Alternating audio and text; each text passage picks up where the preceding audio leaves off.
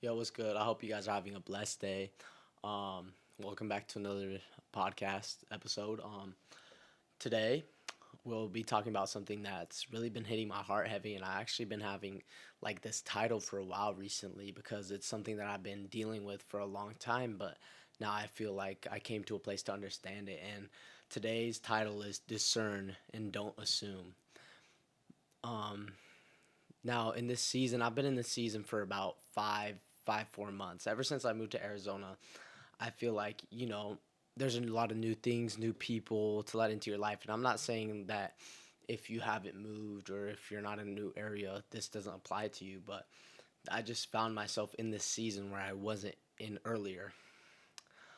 Recently, in the past 5, 6, 4 months, whatever it is, like I said, I noticed a pattern of me letting in people and things in my life that either hinder my relationship with God or just directly hurt me, which ultimately leads to my hindering with God sometimes. Um, and what I kind of just noticed is that, like I said, like discern and don't assume. I feel like I was assuming like these things were good for me and these things were from God, but I didn't take a moment to slow down and discern the fruits of the spirit and see what truly is good. Some of the anchored verses that I want to like incorporate in this episode um, is first of all Jeremiah 17:9. It says, "The human heart is deceitful of all things and the desperately wicked who really knows how bad it is." Like, and I feel like this is so good because in other translations it says, uh, "The heart is deceitful above all understanding," and like I just feel like that hits me because my heart, it's like, I don't know, obviously my heart feels like it's a good thing, like it's from God, and I have these emotions and these feelings towards it, but I assume that it's from God and I don't discern the emotions. So it's not like, at the end of the day, um, you have to test your heart. And in First Thessalonians 5:21, it says, "Test all things, hold fast what is good."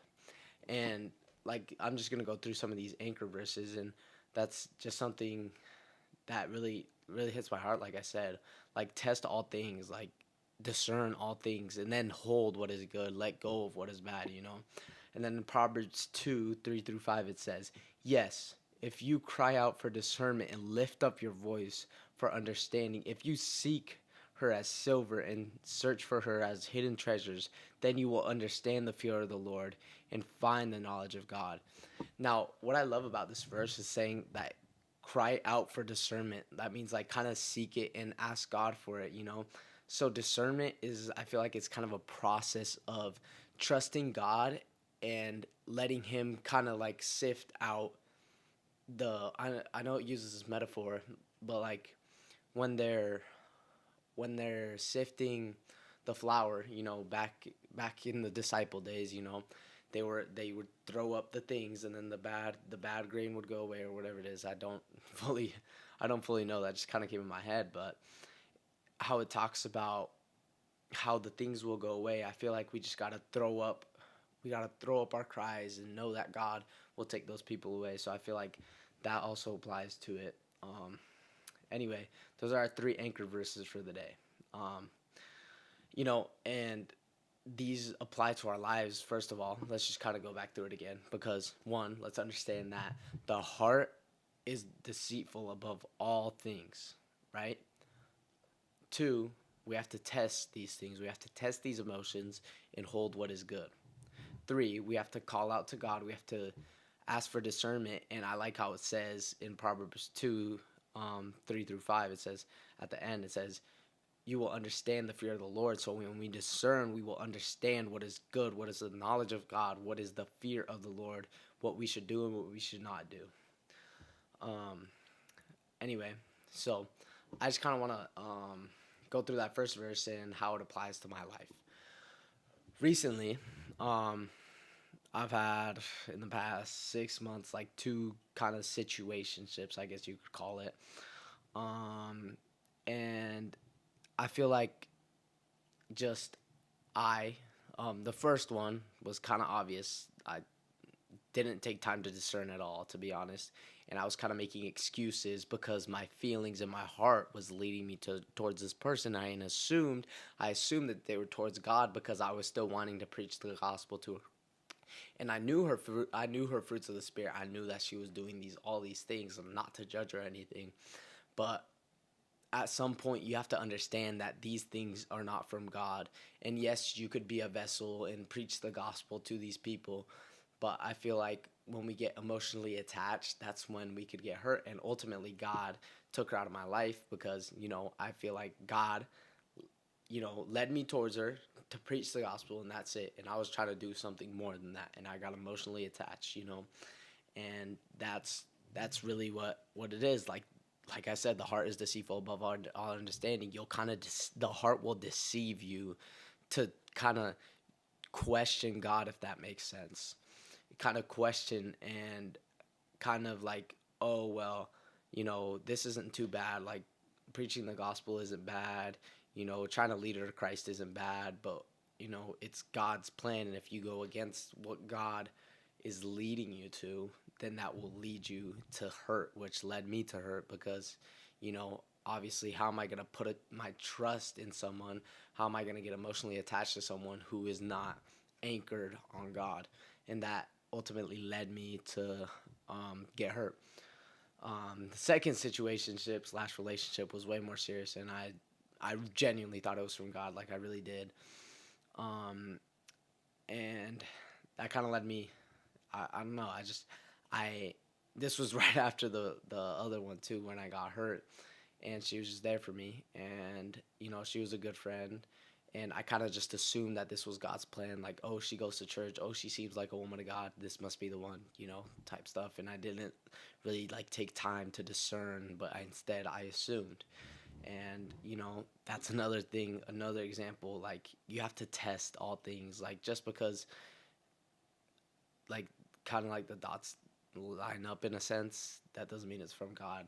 And we have to take a moment, like, and communicate with God and ask him to take these people out of our lives, or kind of just give you discernment, give you knowledge on the situation, and honestly give yourself time. Like, that's something I haven't been doing very good.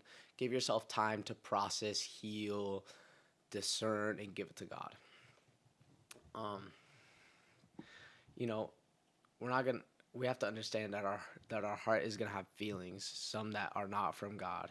So just slow down and discern. That's ultimately, talk to God and see what is good or bad. And you may be asking yourself, now we're gonna break down, like, how do I discern?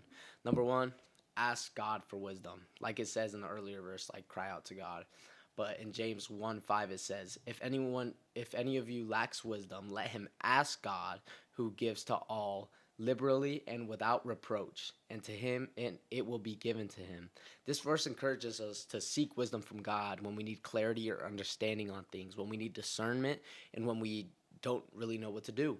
And I just feel like that's something that we need to do more. We need to take a moment. We need to ask God for wisdom, because even though we may feel like we have wisdom, we don't truly have it. And we have to see, what God says through his word, by praying, by talking to him, and by reading the word, of course. And I just feel like we don't do that enough. We kind of just, kind of step in, with blind faith, and not really, an anchored faith with knowledge that is truly from God. The second is fruits of the Spirit. I mean, in the Bible, it talks through people. You will know people through the fruits of the Spirit. Whether it's Galatians talking about false prophets, that you will know them by their fruits. Or here in Matthew 17:16, where it says, you will know them by their fruits. Do men gather grapes from thorn bushes, or figs from thistles?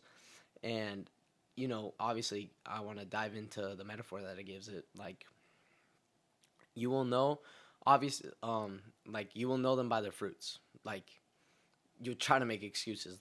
For example, my first situationship, I knew that she wasn't producing good fruits, and, you know, I still went into it. And then my second relationship thing, I didn't take time to see what fruit she was producing, and I kind of just assumed, oh well, she goes to church. Oh well, she seems like a one of God. She must produce good fruits. And yeah, I mean, you take a moment to see what fruits they're producing because, you know, in like a metaphor, I mean, this explains it well. Like, do do men gather grapes from thorn bushes or figs from thistles? And I feel like this kind of relates to, Jesus is the vine.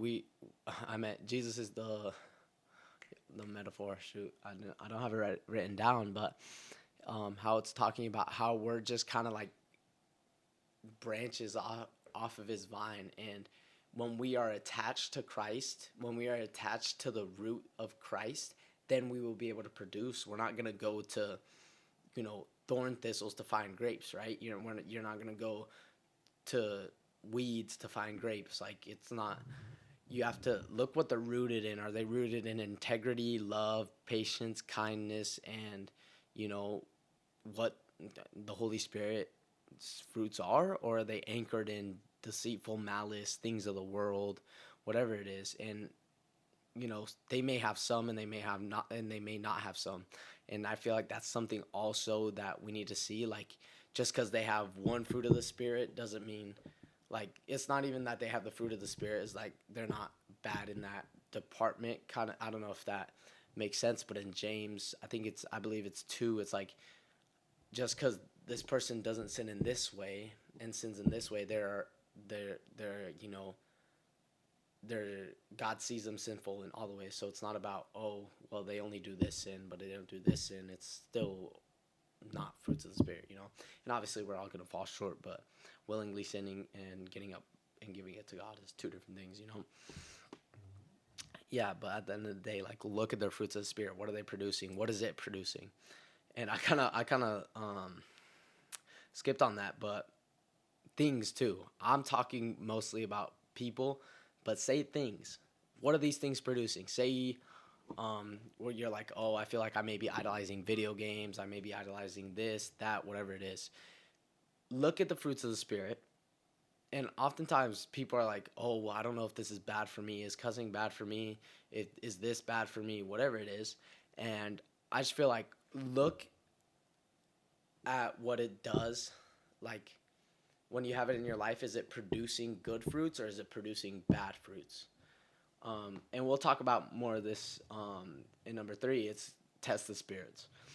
John 1 John 4:1, it says, "Beloved, do not believe every spirit, but test the spirits whether they are of God, because there are many false prophets that have gone out into the world." And obviously this is talking about false prophecy, but I feel like this kind of translates into, like, test every spirit. And we talked about that one verse, like, test everything and hold onto what is good. I feel like test these things, like, go one day without video games, go one day with video games. Which one are you producing more fruit, or whatever it is? Like, 1 week, one week, like, whatever it is. But just test these things. And then with people, test them, like see how God is testing them and see how they respond. So obviously we may not be able to test people because we're not God, but see how God's putting things, trials and tribulations in their life, and see how they respond. Whatever it is, if it's something small, like, oh, there's drama going around the school, are they responding? Are they doing this and that? Like, are they acting worldly?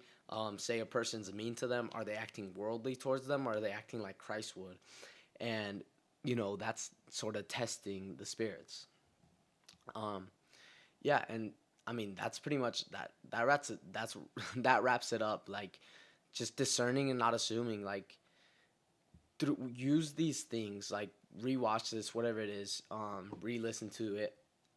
Just let's kind of go over this. Number 1, ask God for wisdom. James 1:5. Ask God and He will give wisdom.